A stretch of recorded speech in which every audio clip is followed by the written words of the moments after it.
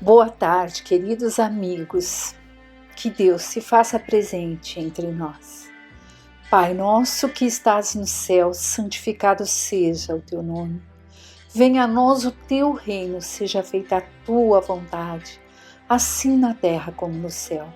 O pão nosso de cada dia dai-nos, ó Pai, hoje e sempre. Perdoa nossas dívidas, assim como devemos perdoar os devedores. Não nos deixe cair em tentação, livrai-nos, ó Pai, de todo o mal, que assim seja com a graça de Deus. Hoje daremos continuidade ao capítulo 18, muitos os chamados e poucos os escolhidos do Evangelho segundo o Espiritismo, decodificado por Allan Kardec. O título de hoje é: Nem todos aqueles que dizem Senhor, Senhor, entrarão no reino dos céus. Aqui, meus amigos queridos, muitas vezes a gente pensa que porque faz o evangelho no lar, porque frequentou quando ainda aberta a Casa União, a Casa de Fabiano, outros centros que sejam, que a gente, eu já fiz minha parte enquanto encarnado. Então, o dia que eu desencarnar, vou dizer: Senhor, Senhor, participei, ouvi a palestra,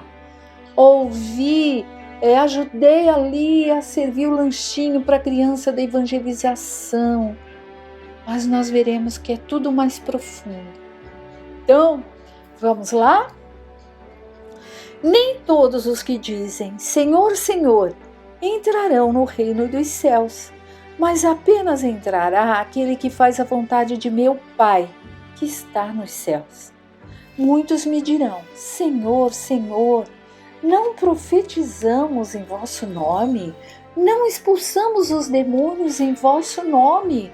Não fizemos diversos milagres em vosso nome? E então lhes direi em voz alta: Afastai-vos de mim, vós que cometeis atos de iniquidade.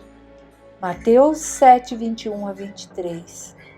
Todo aquele que ouvir estas palavras que eu digo e as praticar, será comparado a um homem sábio que construiu sua casa sob a rocha. E quando a chuva caiu, os rios transbordaram, os ventos sopraram e se abateram sobre esta casa, ela não caiu, pois foi fundada sobre a rocha. Mas todo aquele que ouve estas palavras que eu digo e não as pratica, será como o homem insensato que construiu sua casa sobre areia. E quando a chuva veio, os rios transbordaram e os ventos sopraram e se abateram sobre a casa, ela então desmoronou. E foi grande a sua ruína. Mateus 7, 24 a 27. Lucas 6, 46 a 49. Nós já vimos, que quando ele fala da construção da casa num terreno sólido e na construção de areia, na verdade essas parábolas querem dizer dos ensinamentos que adquirimos, o que fizemos. Demos uma solidez a ele, demos o discernimento necessário, praticamos. Ou, assim como a casa feita ali na beirinha da praia, que vem a maré e destrói. Sabe quando a gente vai na praia e ajuda a construir aquele castelinho? Parece que estamos tão longe da água, de repente a água vem e desmancha. Se os ensinamentos que estamos adquirindo como espíritas que somos estão nos edificando, nos tornando mais responsáveis como cristãos que somos, seguidores de Cristo, ou se estamos deixando que qualquer ventinho nos faça dizer: Deus, onde está você? Que é isso? Pois já temos, meus amigos, a condição de entender que tudo aquilo por que passamos são para que possamos nos edificar, nos melhorar. Continuando a leitura, Aquele, pois, que violar um desses menores mandamentos e que ensinar aos homens a violá-los, será tido como o último no reino dos céus. Porém, aquele que cumprir e ensinar será grande no reino dos céus. Mateus 5:19. Todos aqueles que reconhecem a missão de Jesus dizem: Senhor, Senhor, mas de que serve chamá-lo de mestre ou senhor se seus ensinamentos não são seguidos? São cristãos aquele que o homem, por seus atos exteriores de devoção, e os sacrificam ao mesmo tempo no altar do orgulho, egoísmo, ambição e todas as paixões?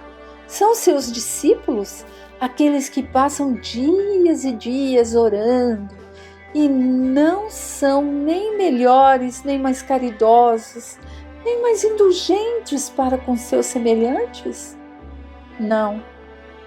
Não, porque assim como os fariseus têm a prece nos lábios e não no coração, com a forma cerimonial podem impor-se aos homens, mas não a Deus. E é em vão que dizem a Jesus: Senhor, profetizamos, ou seja, ensinamos em vosso nome, expulsamos os demônios em vosso nome, bebemos e comemos convosco. E ele vai responder: não sei quem sois, afastai-vos de mim, vós que cometeis iniquidade, vós que desmentis as vossas palavras com as vossas ações, que calunias o teu próximo, que espoliais as viúvas e cometeis adultério. Afastai-vos de mim, vós cujo coração destila ódio e fel, vós que derramais o sangue de vossos irmãos em meu nome, que fazeis correr lágrimas ao invés de secá-las. Para vós haverá o choro e ranger de dentes, pois o reino de Deus é para aqueles que são dóceis, humildes e caridosos.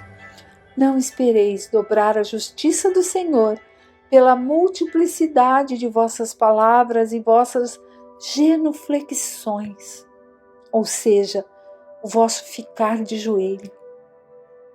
O único caminho que está aberto para vós, para encontrar a graça perante Ele, é a prática sincera da lei, do amor e da caridade.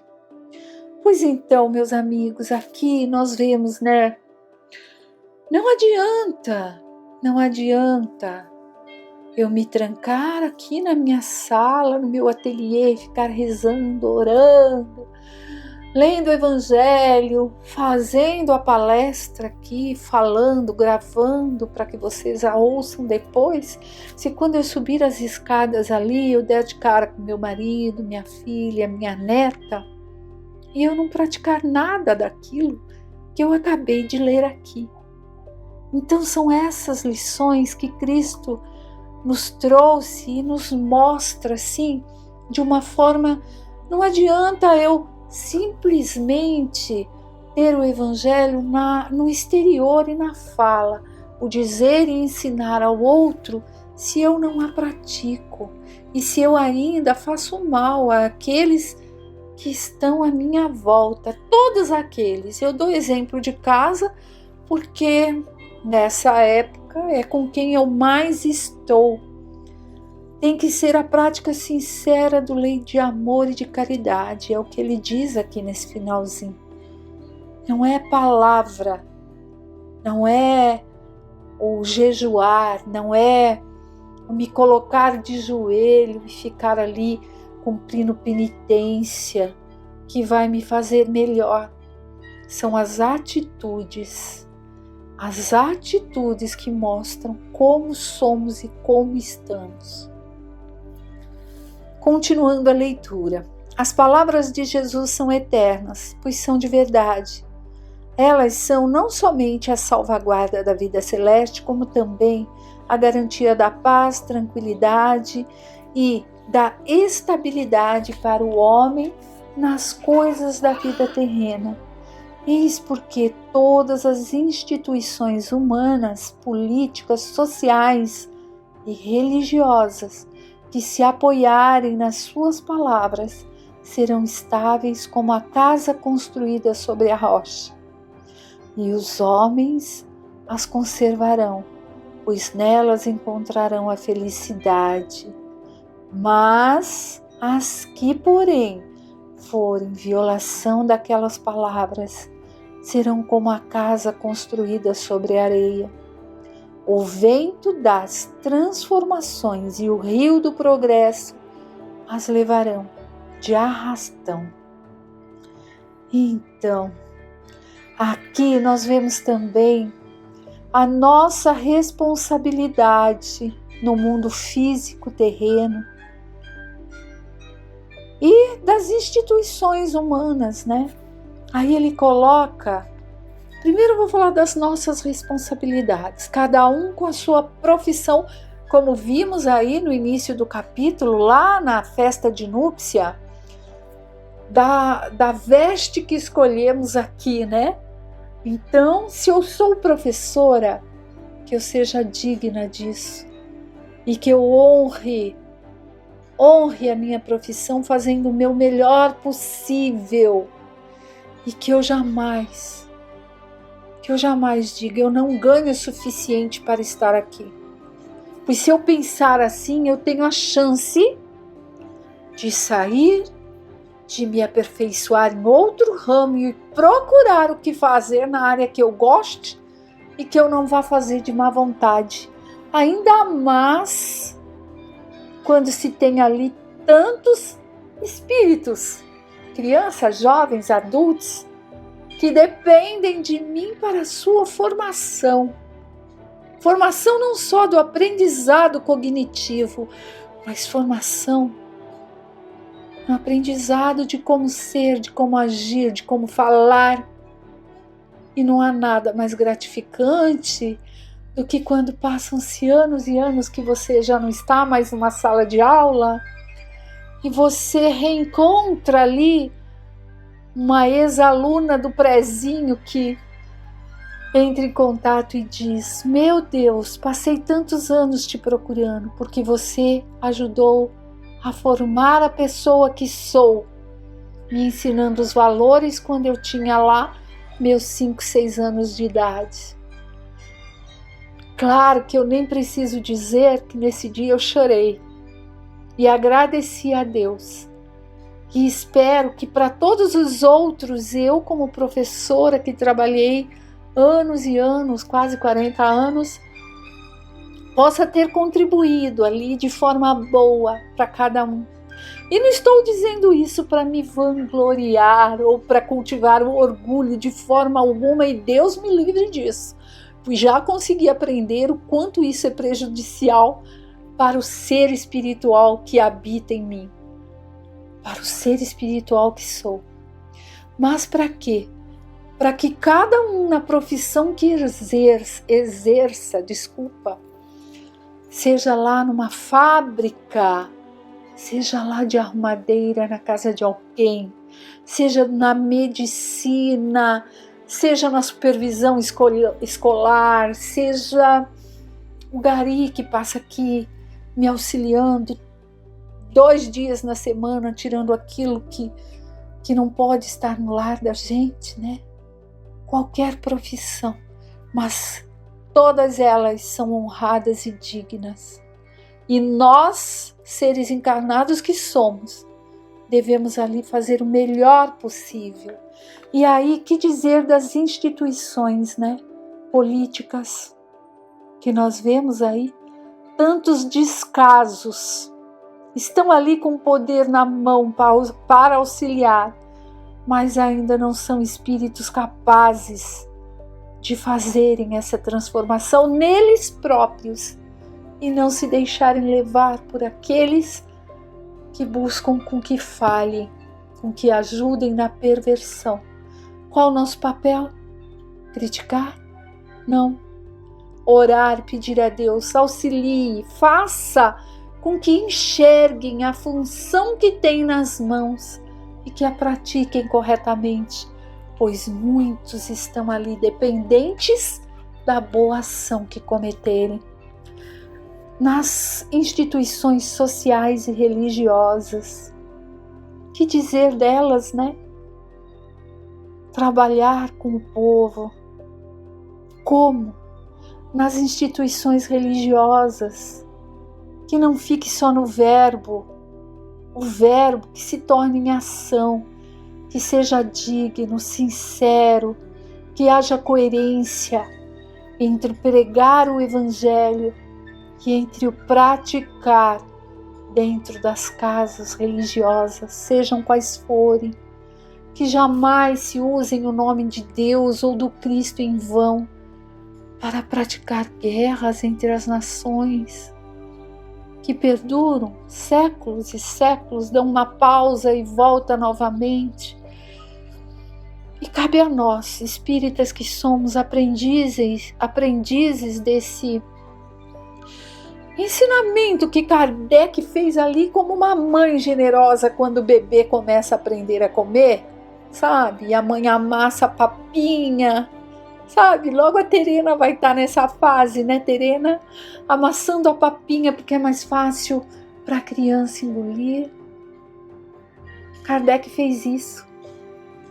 Ele mastigou as palavras sem ocultar nada, mas nos fazendo entender que devemos praticar. E assim devemos agir como espíritas que somos, como espíritas que almejamos ser, como um espírito melhor do que viemos, que pretendemos ser, que é a verdadeira vida espiritual, que nos melhoremos aqui com as condições que temos de encarnado, com as provas que pedimos, com as pessoas que temos ao nosso lado, pois foram escolhidas por nós. Ou se não tivermos a capacidade de escolher, nos colocaram aqui porque eram elas que iriam nos fazer melhorar. Então vamos pensar nisso, né?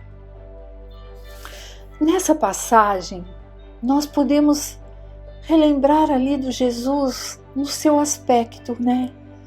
Principalmente em dois: o amor, aquele amor, o carinho, a orientação, que ele passou a vida trazendo isso pra gente. E também naquele aspecto de mestre, aquele professor que tem hora que tem que ser mais severo, sabe? Ele diz assim pra gente: olha, vamos, presta atenção, não adianta depois gritar, dizer que quer estar ao lado do pai se não fez a lição que tinha que fazer. Então ele também nos alerta. Isso há mais de 2000 anos. E nós ainda hoje continuamos assim, do jeito que somos. Então a gente tem que dar ali, uma acordada para conseguir passar por essa porta estreita, né? Há uma frase que eu vi uma vez, acho eu que é de Aristóteles. Aquilo que devemos aprender a fazer, nós aprendemos fazendo. Então, se eu tenho que me melhorar, se eu tenho que me reconstruir moralmente, é o que eu venho repetindo em todas as leituras de palestras, que às vezes eu me acho muito assim repetitiva, me perdoem, mas é o que o Cristo nos coloca. Aprendemos fazendo. Então, eu tenho que aprender praticando em todos os momentos que eu tiver essa oportunidade. Pois aquele que pratica, mas não sabe ainda, está bem na frente daquele que só sabe na teoria, né? Por exemplo, tem muitos que se dizem ateu. Eu sou ateu. Não acredito em Deus, Cristo, nada disso. Mas tem uma obra tão maravilhosa, mas praticam ali o bem ao próximo, fazem coisas assim, que aquele que muitas vezes conhece a Bíblia salteada e decor, não consegue colocar em prática nem um décimo, nem um centésimo do que ele sabe. Então aquele que pratica o bem pratica os ensinamentos de Cristo, já está bem mais à frente. Todas aquelas colocações que se diz aqui no texto, né? Exteriores, né? Ai, não, eu não te profetizei, eu não afastei os demônios, eu não fiz isso, eu não fiz aquilo. Nós que estamos ali como espíritas, nós podemos pensar na casa espírita, na casa união. Então vamos voltar. Então eu dei passe, eu fiz palestra, eu trabalhei com as criancinhas. De que adianta tudo isso? Isso adiantou sim para o meu melhoramento, para eu auxiliar em algum momento aqueles que estavam ali, mas que não é isso que vai contar quando eu chegar do lado espiritual. Eu vou chegar e dizer: oh Deus, olha, eu fiz isso lá na casa União que eu frequento. Porque a nossa religião é aquilo que a gente faz e não aquilo que acaba ali junto com o sermão. Então, se eu der uma palestra e acabou por aqui, eu não estou praticando nada. Se vocês estão ouvindo a palestra e depois continuarem sem uma mudança mínima que seja em vocês mesmos, de que está adiantando, né? Quando você faz o bem, o primeiro a receber o bem é você mesmo. Se você ainda não atentou para o caminho do bem, não vai adiantar dizer Senhor, Senhor, só ali da boca para fora. Isso não vai nos mudar, não vai nos engrandecer, não vai nos melhorar moralmente, espiritualmente. Nós vamos estar praticamente dizendo: olha, Cristo, eu ouvi tudo, eu pratiquei ali algumas obras na casa espírita, eu fiz leitura, eu participo do estudo, mas olha, sabe, eu prefiro ficar ali na lei do menor esforço. Quero saber disso não. Acho que no próximo sábado eu não vou nem escutar, porque isso tá me fazendo mal, sabe? Ao invés de fazer bem, tá me machucando aqui dentro. Não, meus amores, não é esse o objetivo, nem comigo, nem com vocês. Mas é assim, é esse alerta, esse puxãozinho de orelha que Jesus nos dá nessa parábola, nesse item do Evangelho. Olha, aprendam, as lições estão aí. Pratiquem, porque depois não venham me reclamar que a porta está estreita. Não vai adiantar gritar e berrar. Então vamos lá, sejamos indulgentes conosco mesmo. Tantas coisas eu já aprendi na vida e ainda não coloquei em prática, porque nós devemos também discernir sobre o que presta e o que não presta. Porém, nos ensinos de Jesus, na palavra que Ele nos trouxe, falando de Deus Pai e de como se chegar a Ele, tudo é perfeito. E nós, nem que demoremos encarnações a fio, um dia chegaremos à altura de estarmos à presença desses espíritos perfeitos. Mas comecemos agora. Se eu não comecei ainda, está na hora. Vamos lá? E que a semana seja proveitosa a todos nós, proveitosas, que esse amor divino transborde no dia a dia, em cada amanhecer que Deus nos dá de presente aqui nesse planeta Terra. Que Deus nos abençoe a todos. Que assim seja.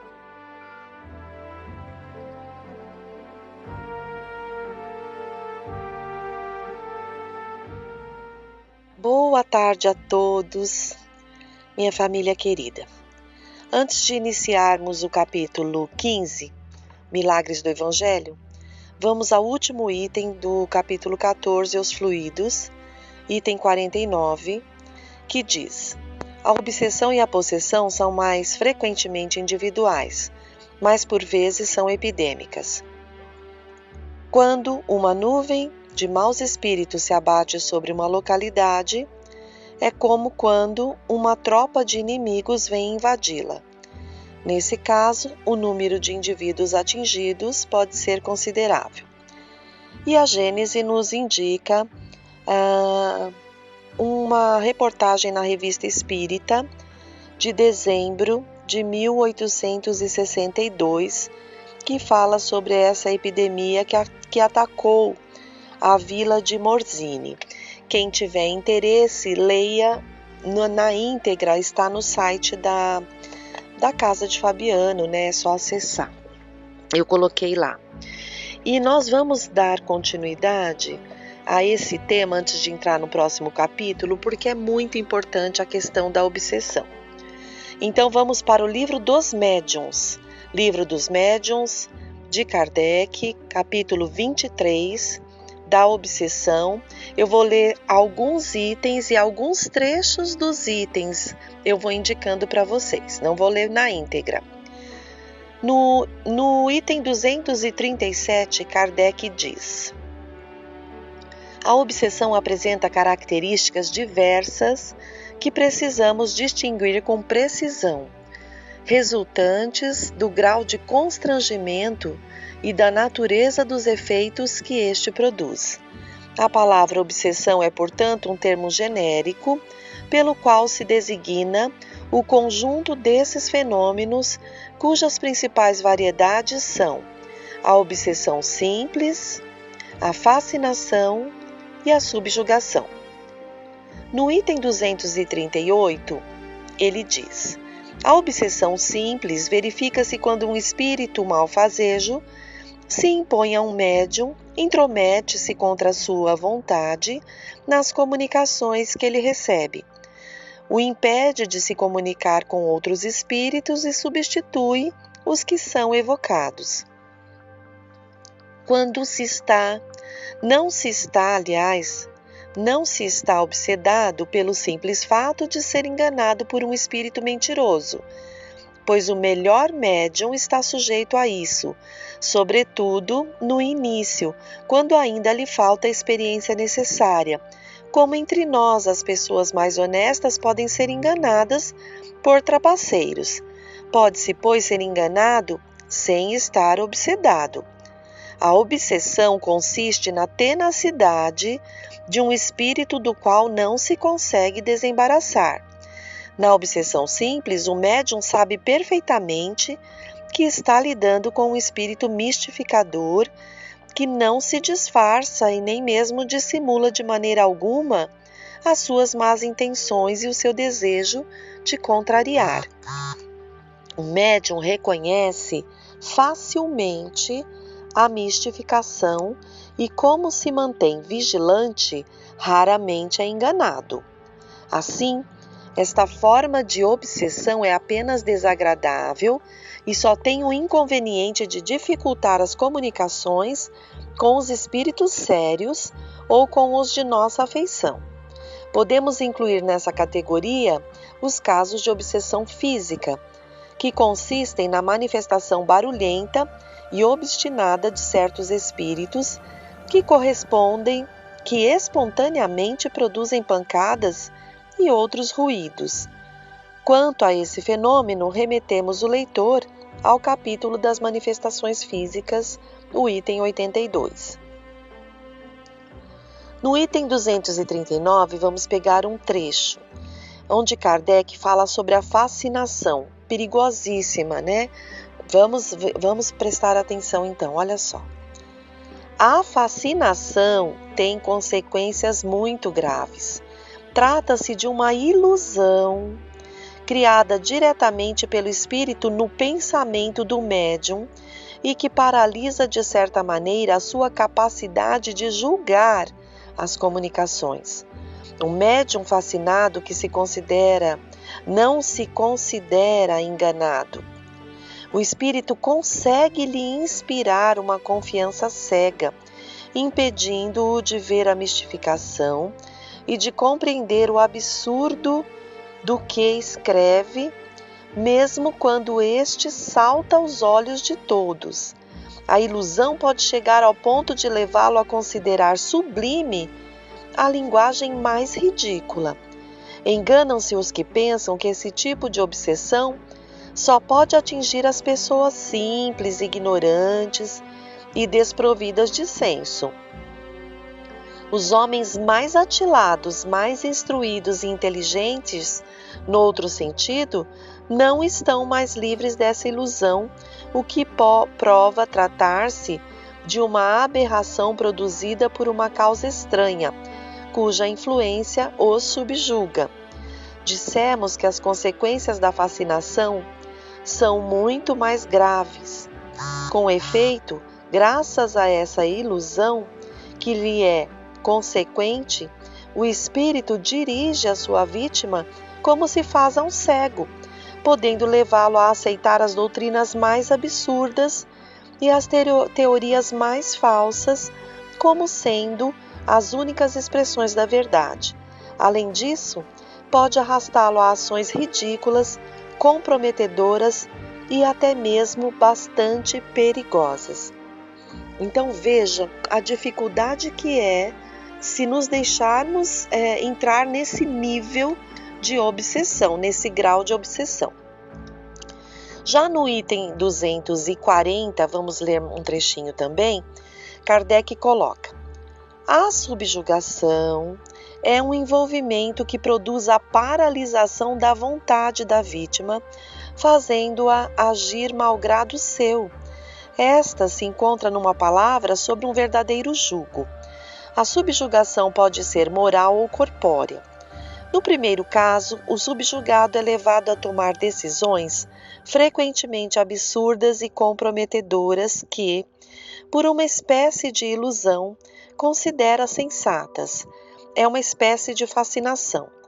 No segundo caso, o espírito age sobre os órgãos materiais, provocando movimentos involuntários. No médium escrevente, produz uma necessidade incessante de escrever, mesmo nos momentos mais inoportunos. Vimos subjugados que, na falta de caneta ou lápis, fingiam escrever com o dedo, onde quer que se encontrassem, mesmo nas ruas, escrevendo em portas e paredes. A subjugação corpórea vai, às vezes, mais longe, podendo levar a vítima a atos ridículos. Veja a dificuldade dessa questão da subjugação, hein? Também é um grau difícil, né, de obsessão. No item 241, Kardec continua dizendo: dava-se antigamente o nome de possessão ao domínio exercido pelos maus espíritos, quando a sua influência chegava a produzir a aberração das faculdades humanas. A possessão corresponderia para nós à subjugação. Se não adotamos esse termo, é por dois motivos. Primeiro, por implicar a crença na existência de seres criados para o mal e perpetuamente voltados ao mal, quando só existem seres mais ou menos imperfeitos e todos eles suscetíveis de se melhorarem. Segundo, por implicar também a ideia de tomada do corpo por um espírito estranho, numa espécie de coabitação, quando só existe constrangimento. A palavra subjugação exprime perfeitamente a ideia. Assim, para nós, não existe possessos no sentido vulgar do termo, mas apenas obsedados, subjugados e fascinados. Nós vimos que, na ocasião em que Kardec editava as revistas espíritas, houve o relato de uma situação de subjugação ao nível de possessão, onde Kardec coloca ali que esse termo possessão cabia bem na situação daquele quadro, lembrando que a possessão jamais pode ser a habitação do espírito completamente sobre o corpo de um encarnado. Isso não existe. Então, quem tiver interesse também, busque na Revista Espírita casos de possessão. Kardec edita e fala sobre vários assuntos, um deles é esse, muito interessante.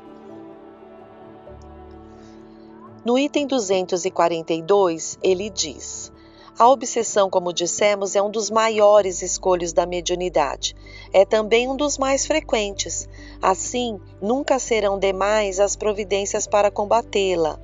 Mesmo porque, além dos prejuízos pessoais que dela resultam, constitui um obstáculo absoluto à pureza, à veracidade das comunicações.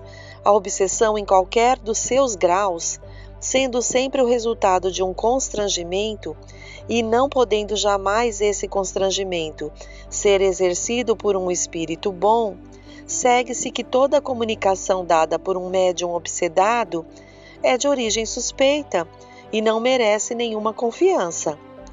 Se, por vezes, se encontrar nela algo de bom, é necessário restringir-se a isso e rejeitar tudo o que apresentar o menor motivo de dúvida. E no item 243, ele nos dá umas dicas. Diz: reconhece-se a obsessão pelas seguintes características. 1. Insistência de um espírito em comunicar-se, queira ou não o médium, pela escrita, pela audição, pela tipologia, etc., opondo-se a que outros espíritos o façam. 2. Ilusão que, não obstante a inteligência do médium, o impede de reconhecer a falsidade e o ridículo das comunicações recebidas. 3. Crença na infalibilidade e na identidade absoluta dos espíritos que se comunicam e que, sob nomes respeitáveis e venerados, dizem falsidades ou absurdos. 4. Aceitação pelo médium dos elogios que lhe fazem os espíritos que se comunicam por seu intermédio. 5. Disposição para se afastar das pessoas que podem esclarecê-lo. 6. Levar a mal a crítica das comunicações que recebe. 7. Necessidade incessante e inoportuna de escrever, por exemplo. 8. Qualquer forma de constrangimento físico dominando-lhe a vontade e forçando-o a agir ou falar sem querer. 9. Ruídos e transtornos contínuos em redor do médium causados por ele ou tendo-o por alvo. Então, Kardec enumera como a gente pode reconhecer as obsessões. E no item 244, um trecho também. Ele diz: em face do perigo da obsessão, ocorre perguntar se não é inconveniente ser médium, se não é essa faculdade que a provoca, enfim, se não é isso uma prova da inconveniência das comunicações espíritas. Nossa resposta é fácil e pedimos que a meditem cuidadosamente. Não tendo sido os médiuns nem os espíritas que criaram os espíritos, mas sim os espíritos que deram origem aos espíritas e aos médiuns, e sendo os espíritos simplesmente as almas dos homens, é evidente que sempre exerceram sua influência, benéfica ou perniciosa, sobre a humanidade. A faculdade mediúnica é para eles apenas um meio de se comunicarem, e na falta dessa faculdade, eles se comunicam por 1000 outras maneiras mais ou menos ocultas.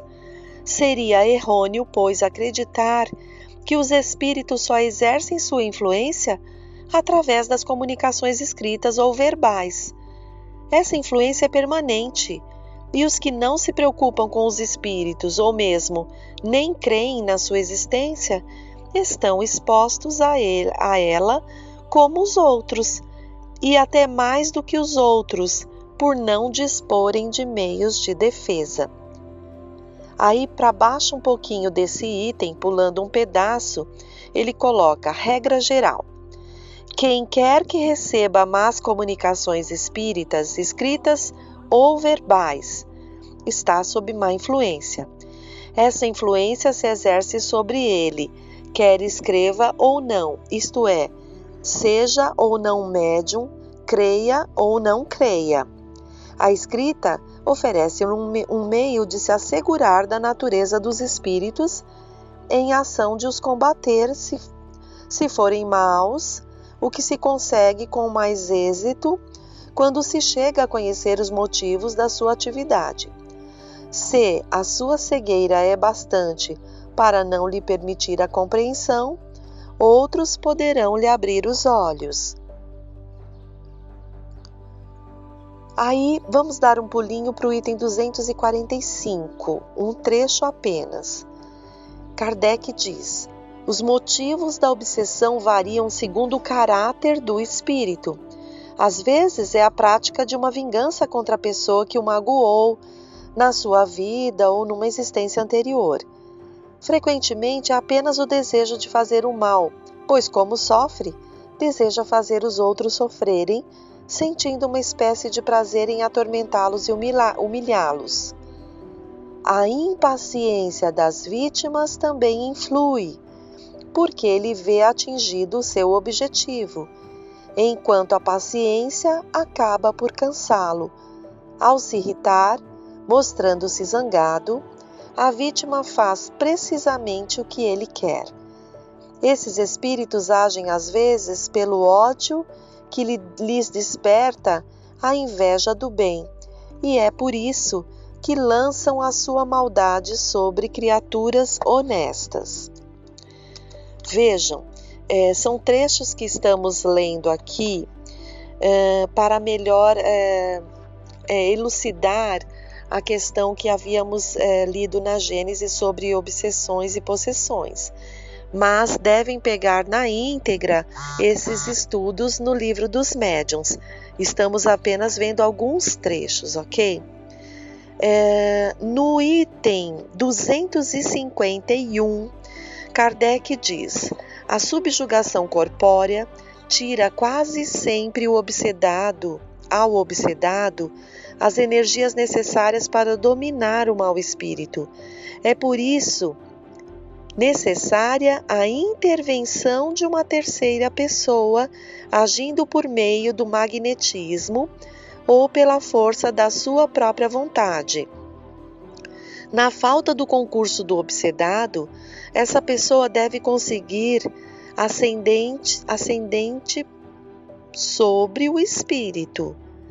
Mas, como essa ascendência só pode ser moral, só pode ser exercida por uma pessoa moralmente superior ao espírito, e seu poder será tanto maior quanto for a sua superioridade moral, porque então se impõe ao espírito, que se vê obrigado a inclinar-se ante ela. Era por isso que Jesus possuía tamanho poder de expulsar os que então se chamavam demônios, ou seja, os espíritos obsessores. Então vejam por que da necessidade do Evangelho, porque o Evangelho, no estudo do Evangelho, segundo o Espiritismo, vem as explicações dos Espíritos que nos favorecem compreender as mensagens e nos reformarmos intimamente, melhorando a questão moral. É só assim que podemos auxiliar a esses irmãos que nos perturbam às vezes através dos vários tipos de obsessão e auxiliar também aqueles de nós que estamos sob essa subjugação, porque somente a condição moral dá ao espírito encarnado ou desencarnado essa condição de conversar com esse espírito, porque tem ascendência moral sobre ele. Vejam a importância de nos modificarmos para nos livrarmos dessas situações de obsessão, principalmente de subjugação. E aí, no item 252, ele vem só dizer que as imperfeições morais do obsedado são frequentemente um obstáculo à sua libertação. Então, até se coloca o exemplo aqui de várias irmãs que estavam sendo vítimas de atos estranhos de depredação, suas roupas estavam pelos cantos. Ele descreve nesse item toda essa situação dessas senhoras ali sendo perturbadas, né? E quando elas ficam sabendo ali, alguém por intermédio de amigos apresenta ao espiritismo e tal, e elas pedem ajuda, mas vem a comunicação de um espírito dizer a elas que se remendem porque elas têm condutas inadequadas no caso do uso da língua, né? Então o espírito vem, mas deixa claro que elas precisam fazer essa reforma se quiserem que não ocorram mais esse tipo de perturbação, né? Então ele diz assim: eu tenho a dizer isso, que disse e como disse, porque as pessoas em causa acostumam-se a pensar que não fazem nenhum mal pela língua, quando na verdade o fazem e muito. Eis porque é necessário chocar-lhes o espírito de maneira que isso lhes sirva de séria advertência. Então, ele precisou, o espírito, no socorro a essas senhoras perturbadas, obsediadas, dar uma chamada a elas, como muitas vezes nós levamos as chamadas e o tempo todo estamos levando no sentido de cuidarmos da nossa parte moral. Queridos irmãos, terminamos aqui por esta tarde. No próximo encontro, estaremos iniciando um novo capítulo da Gênese de Kardec. Pai nosso que estais nos céus, santificado seja, Senhor, o vosso nome. Venha a nós o vosso reino e seja feita, Pai, vossa vontade na terra como no céu. O pão de cada dia dá-nos hoje e perdoai-nos as ofensas, ensinando-nos a perdoar de um modo maior aos nossos irmãos. Não nos deixes cair em tentações e livra-nos sempre de todo o mal. Um abraço a todos e boa tarde.